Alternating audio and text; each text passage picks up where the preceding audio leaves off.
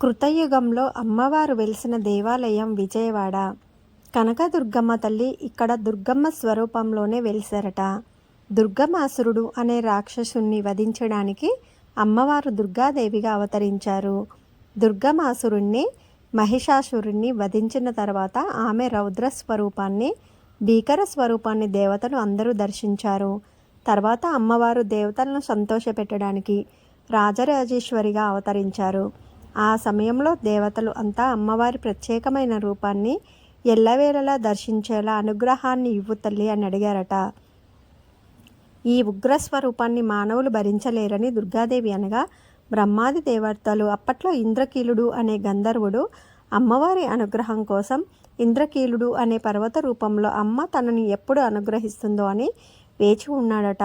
ఇంద్రకీలాద్రి పర్వతం అమ్మవారిని భరిస్తుంది కనుక పర్వత గర్భం నుండి ఉద్భవించమని బ్రహ్మాది దేవతలు వేడుకున్నారట. అప్పుడు అమ్మవారు ఇంద్రకీలాద్రి పర్వతం యొక్క గర్భం నుండి మహోగ్ర రూపంలో ఉద్భవించారు. అమ్మవారి కుడి కన్ను అగ్నినేత్రం, ఎడమ కన్ను ప్రశాంత నేత్రం అనగా సూర్యచంద్రులు అమ్మవారి నేత్రాలు. అయితే కుడి కన్నుల్లో నుంచి వచ్చే జ్వాలలకు కొండ భాగం అగ్ని జ్వాలలతో పగిలిపోగా అమ్మవారి మరొక రూపం అయిన మంగళ గౌరీదేవి ప్రత్యక్షమై అగ్నిజ్వాలల్ని చల్లార్చి కొండపై కాలు మోపి కొండను ప్రక్కకు జరిపారట. అదే మంగళగిరి క్షేత్రం. మంగళగిరి ఇంద్రకీలాద్రిలో విడిపోయినటువంటి సగభాగం అని అంటారు. అమ్మవారి మరొక ఉగ్ర రూపమే జ్వాల నరసింహస్వామి అంటారు. అందుకే స్వామిని శాంతింప చేయడానికి పానకం సమర్పిస్తారట.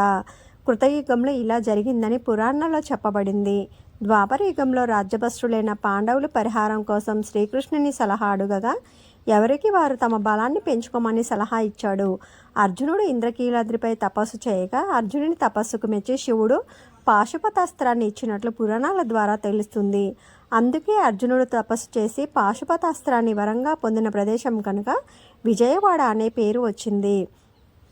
కలియుగంలో దుర్గాదేవిని కనకదుర్గ అనే పేరు ఎందుకు వచ్చిందో తెలుసుకుందాం.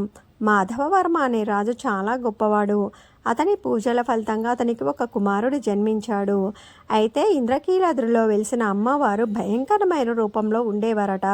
సాయంత్రం అయ్యేసరికి అమ్మవారు ఉగ్ర రూపంలో సంచారానికి కొండ దిగి వచ్చేవారట. అప్పుడు మానవ మాతృలు ఎవరూ ఇళ్లలోంచి బయటికి వచ్చేవారు కాదట. ఒకరోజు ఒక వృద్ధురాలు ఆమె కుమారుడు చింతకాయలు కోసుకొని మూలమరపు తిరుగుతుండగా ఒక 6 చక్రాల రథం ఒకటి వృద్ధురాలి కుమారుడిపై నుండి వెళ్లడంతో ఆ కుమారుడు మరణించాడట. పిల్లవాడి మృతదేహాన్ని తీసుకుని ఆమె న్యాయం కోసం రాజుగారి సన్నిధికి వెళ్ళింది. అప్పుడు రాజ్యంలో ఒక ధర్మగంట అనేది ఉండేది. ఏ సమయంలో ఎవరు కొట్టినా రాజుగారు లేచి వచ్చి వాళ్ళకు తీర్పు చెప్పేవారట. రాజుగారు వచ్చి జరిగింది అంతా తెలుసుకొని రథం నడిపింది ఎవరైనా సరే రేపటి వరకు మరణశిక్ష వేస్తానని చెప్పారట.